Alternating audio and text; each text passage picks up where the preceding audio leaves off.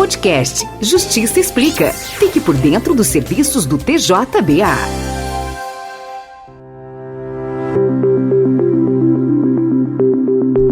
Olá, ouvintes da Rádio Web TJBA. Estamos começando mais um episódio do podcast Justiça Explica, o guia do cidadão para entender o universo jurídico. Eu sou Danile Rebouças e hoje vamos falar sobre um tema que ganhou destaque na mídia após as denúncias feitas por um influencer nas redes sociais, a adultização infantil. Para nos ajudar a entender mais sobre esse assunto, estamos com o delegado Francisco Geraldo Matos, titular da Delegacia Especializada de Repressão a Crimes contra Crianças e Adolescentes. Delegado, seja muito bem-vindo. Obrigado, Danile. É sempre um prazer estar aqui nessa casa e agradeço imensamente o convite. Vamos lá. Doutor, o Estatuto da Criança e do Adolescente, ele garante a proteção integral às crianças e os adolescentes. De acordo com a legislação, de que forma essa exposição precoce a situações de adultização, mesmo que seja com a supervisão dos pais, pode ser considerada uma violação a esses direitos? Danile, é sempre super importante a gente pontuar que a proposta do Estatuto da Criança e Adolescente, ali na década de 90, foi uniformizar uma doutrina, que é a doutrina da proteção integral à criança e adolescente. E um dos principais princípios desse Estatuto é lidar, tratar, conhecer e sempre agir com relação à criança e adolescente como seres em desenvolvimento. Então, em que medida é possível a gente identificar a exposição sendo violadora de direito? Quando a gente percebe que a gente não está respeitando o fato de a criança e o adolescente serem seres em desenvolvimento. Então, por mais que eu esteja ali numa conduta, com uma fotografia, com a divulgação em redes sociais, com a criança e adolescente vestida, que não configure caráter sexual ou sensual, ainda assim eu posso estar violando esse princípio básico, que é tratar a criança e o adolescente como seres em desenvolvimento. Entendi. E a internet, doutor? Hoje a internet é um desses principais espaços, de adultização, onde a gente vê muitos casos, Muitas vezes são conteúdos que são produzidos pelos próprios pais. Como é que a polícia e a legislação lidam com essas situações no ambiente digital? Olha, a polícia judiciária como um todo, ela tem uma atribuição específica de investigar a prática de infrações penais, seja crime ou seja contravenção penal. O papel da polícia ele só começa quando a gente tem a prática de uma conduta que seja configurada uma infração penal. Então, o pai ou a mãe que divulga na rede social uma fotografia ou um vídeo que não tenha conteúdo sensual ou que não tenha conteúdo de caráter sexual, até então nós não temos a atuação da polícia judiciária, a não ser que seja divulgado um conteúdo que tenha relação a um outro tipo penal previsto no ECA, que é a exposição à situação vexatória ou humilhante.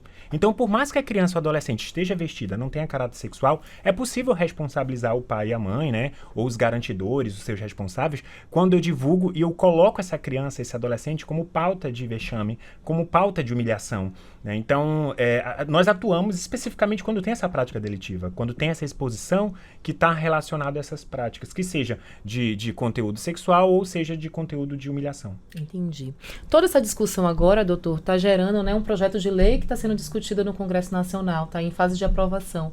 O senhor acredita que essas mudanças, essas novas medidas podem vir a ser colocadas em práticas e trazer resultados para a gente mais de imediato nessa questão da fiscalização e da punição dos infratores, envolvidos nessa situação? Danile, eu sou bem crítico e cético em relação à produção legislativa em cenário que a gente chama de direito penal de emergência.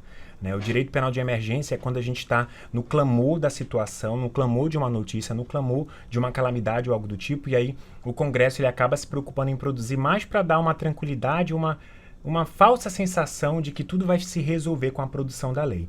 E me parece que essa produção é super necessária. Isso é super importante a gente pontuar. Nós não temos uma regulamentação específica para aquelas situações em que não tem a figura delitiva, como eu estou pontuando. Sim. Que o pai pode perfeitamente colocar uma fotografia do filho ou da filha que não tem conteúdo sexual, mas que está expondo a intimidade da sua filha, do seu filho. Até então aí não tem conduta ilícita, culpável, antijurídica. No entanto, eu tenho que ter cuidado também com o efeito da prática, do efeito prático dessa divulgação. Então, hoje, a tarefa da proteção da criança e adolescente, ela não é uma tarefa eminentemente daqueles que trabalham no sistema criminal, polícia judiciária, o Poder Judiciário, o Ministério Público, a Defensoria Pública. Mas, na verdade, é uma tarefa que tem que ser de política pública mesmo. Então, o projeto de lei, né, esses dezenas de projetos de leis que estão tramitando sobre essa situação, pode trazer um efeito prático positivo? Pode, mas me parece que não vai ser um efeito prático imediato. Como eu estou pontuando, é necessário que nós tenhamos uma sensibilização dentro do ambiente doméstico, né? Porque a gente vai ter regulamentação, né, com esse projeto de lei sobre identidade, identificação, se a criança ou adolescente ele tem realmente aquela idade, né, reconhecimento facial, algo do tipo, para acessar jogos online, para acessar redes sociais, que hoje isso ainda é um ponto muito deficitário. A gente não tem esse controle. Então, hoje, uma criança ela pode, por exemplo, jogar o Free Fire, que não é permitido para menores de 14 anos, ela tem 10 anos. Ela consegue ali identificar, trocar a data de nascimento, ela consegue acessar o jogo ou algo do tipo, né? Então, esses projetos de lei tentam, né, vêm para prever esta regulamentação.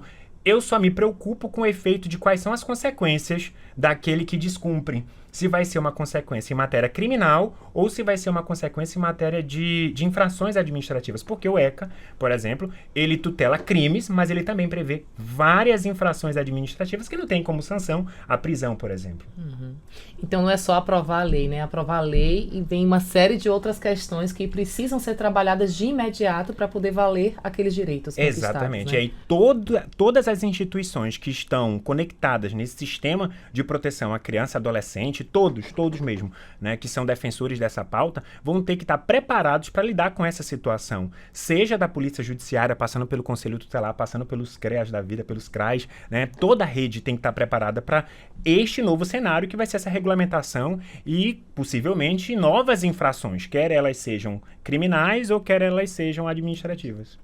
Para você que está sintonizando agora, estamos falando sobre o crime de adultização infantil com o delegado Francisco. Agora vamos abordar um pouco de dicas e orientações sobre como proceder nessas situações.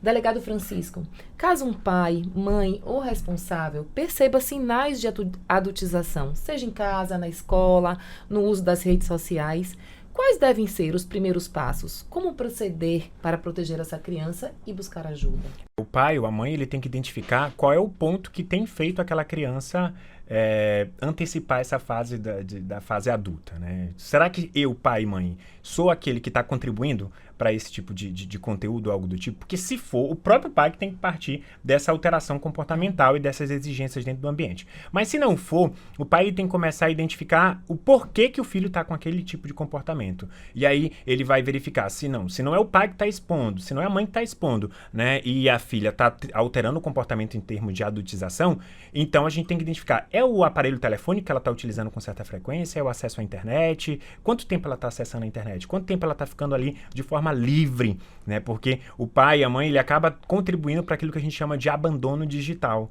né? Então, os pais, eles pensam que os filhos estão seguros dentro do quarto, dentro, né, do compartimento da casa, mas na verdade eles estão sendo abandonados digitalmente e fazendo o que eles bem entendem, conhecendo, conectado com todas as pessoas, seja do Brasil ou fora do Brasil, e aí o pai ele tem que identificar para ele poder pontuar sobre qual é o melhor caminho, qual é o melhor percurso para ele evitar esse tipo de comportamento da adultização.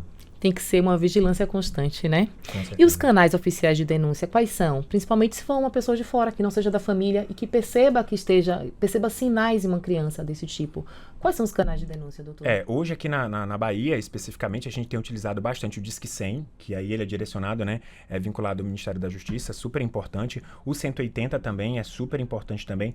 A Polícia Civil da Bahia, ela desenvolveu a delegacia virtual, que é o DEVIR. Então, também qualquer pessoa pode, por um aparelho eletrônico com contato à internet, fazer o registro da ocorrência.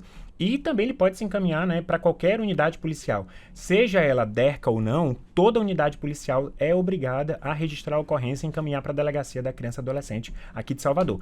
A não ser que seja dos interiores, que vai para a unidade policial específica do interior mesmo. Ótimo. Para encerrarmos, quais orientações práticas você deixaria para pais, educadores e até mesmo para crianças e adolescentes sobre como prevenir a adultização e garantir uma infância protegida, saudável e respeitada? Eu sempre pontuo, a gente tem um projeto na Polícia Civil, que é Entre Telas e Laços, que é tentando sensibilizar os pais a esse papel dentro do ambiente doméstico. É muito mais importante do que eu discutir e tentar sensibilizar o filho, né, sobre os riscos, né, dessa adultização e sobre os riscos, né, que você pode estar geralmente conectado a uma questão sexual, fazer com que os pais compreendam o seu papel dentro do poder familiar, do exercício do poder familiar. Então, a principal dica aqui é o pai fiscalizar o porquê desse comportamento, é o pai fiscalizar os aparelhos eletrônicos, controlar o tempo destinado ao filho em relação a essa conexão com a internet. E sempre pontuo também que os pais eles não devem fixar um horário certo. Todo dia às 8 horas da noite, por exemplo, eu vou fiscalizar o aparelho telefônico. Não, porque o filho ele é muito esperto, né, tão quanto os pais, né? Então o filho ele acaba já sabendo que o pai vai fiscalizar naquele horário, ele começa a esconder algumas fotos, alguns conteúdos que foram produzidos com isso. Então, a minha dica é, pai, fiscalize, tá, de forma periódica, mas não sempre no mesmo horário, né? E limite. Filho não tem que estar durante a noite, enquanto o pai ou a mãe está dormindo, com o aparelho telefônico com acesso à internet. Não tem. Se todos estão dormindo, por que a criança e por que o adolescente está acessando a internet? Né? Verifique também quais são os jogos que seus filhos estão utilizando, jogos online. Principalmente os jogos online. Os jogos online hoje, eles são o ponto de influência e de incentivo à adultização com efeito criminal, porque tem um efeito sexual. Muito obrigada, doutor. Dicas bastante valiosas. Agradecemos aqui a presença do delegado Francisco pela participação e por esses esclarecimentos tão importantes. Eu que agradeço e sempre pontuo que o sistema de defesa dos direitos da criança e adolescente tem que estar interconectado e tem que estar trabalhando sempre para proteger integralmente essa criança e esse adolescente. E lembre-se, ouvintes, qualquer caso de denúncia, Disque 100, Disque 180, procure uma delegacia de polícia ou na delegacia virtual e registrem essa denúncia. Podcast Justiça Explica. Fique por dentro dos serviços do TJBA.